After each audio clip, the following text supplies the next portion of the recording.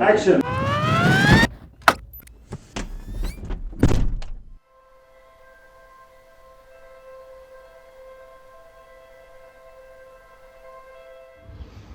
Wesh les boys, j'espère que vous allez bien. Allez, allez. Il n'y a pas Sportmania, je sais pas quoi. Je sors de séance avec Im là et on s'est dit qu'on voulait faire un truc un peu différent pour la présentation. Donc ce qu'on va faire, c'est qu'on va faire un film mood board. On va reprendre des images qui nous parlent et qui collent à l'ambiance qu'on veut essayer de communiquer. Le mandat de la campagne, c'était une campagne d'images, donc vraiment pas une campagne produit. Le but, c'était pas de vendre un troisième pilier, c'était de vendre Retraite Populaire à un public nouveau. Il y avait cette volonté de ne pas trop aller vers un langage commercial, mais de mettre une esthétique qui permettrait aux gens de se reconnaître, de pouvoir s'imaginer dans ces situations. Pour nous, l'objectif, c'était surtout de vendre et de rajeunir en tout cas l'image des retraites populaires, sans parler de troisième pilier ni d'investissement pour le futur ou quoi que ce soit. La seule manière qu'on a peut-être de remporter ce pitch, c'est de se positionner différemment et puis d'amener une vision qu'eux auraient peut-être pas. Et on a commencé à imaginer un projet qui allait être beaucoup plus brut, beaucoup plus authentique, beaucoup plus proche de la réalité des gens qu'on visait. Trouver un moyen de représenter un peu toute la société. Il faut absolument qu'on marque en fait, qu'on marque le coup. Mais en tout cas, qu'ils se souviennent de notre présentation et qu'ils rentrent le soir avec ça chez eux. On va présenter cette espèce de film moodboard qu'on a imaginé. Et puis on va poser une musique qui tend vers ce qu'on veut dessus, donc faire un truc un peu nostalgique et assez fort émotionnellement.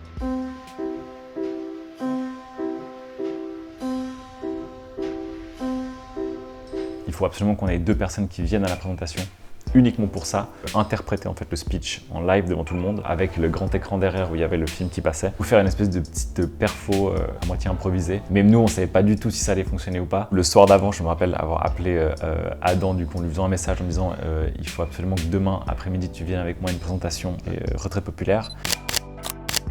J'ai un bête de projet pour toi demain. Appelle-moi dès que t'as 2 minutes et puis je t'explique.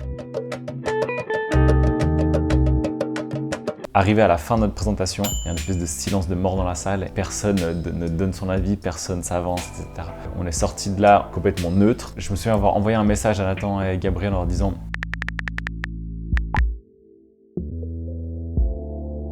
Du coup, moi j'étais au milieu de mes vacances lorsque Alexandre Henriquez m'a appelé de chez Hymne pour me dire qu'on avait gagné. Ok, on a vendu ce truc, maintenant il faut qu'on réussisse à le faire comme on l'a vendu et puis être le plus proche de ce qu'on a imaginé.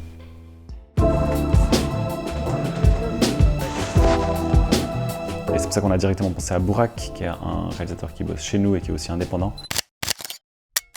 qui a complètement ses codes très urbains, très bruts, très mélancoliques et autres.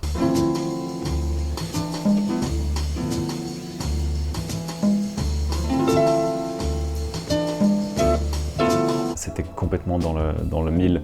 On this project, I came up with the idea of just making it really about real moments in life. I just wanted real characters and just so people can relate and connect to them as well. On sera chez nous. I was just happy that we were able to push for something that was special to everyone.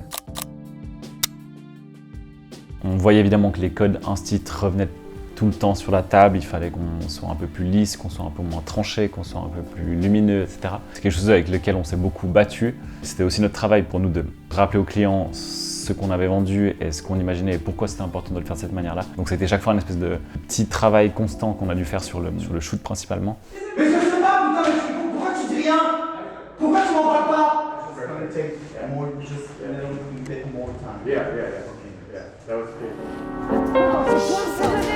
On voulait vraiment avoir des scènes qui soient proches de la réalité, où des gens s'engueulent, où des gens sont tristes, où des gens ont des moments aussi plus durs. C'était important pour nous d'avoir cette rupture au sein du spot pour pas qu'on soit dans un truc qui soit trop linéaire, trop lisse, trop facile en fait. Et du coup, il fallait qu'on montre aussi cet aspect un peu plus dur, mais beaucoup plus réaliste et authentique et proche de ce que vivent les gens.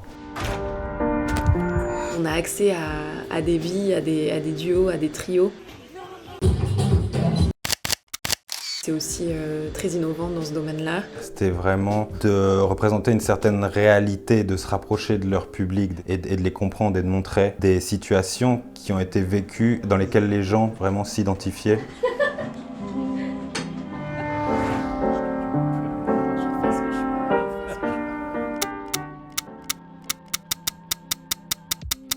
We didn't want it to feel like the camera was there, you know. We just wanted to have a feeling of observation.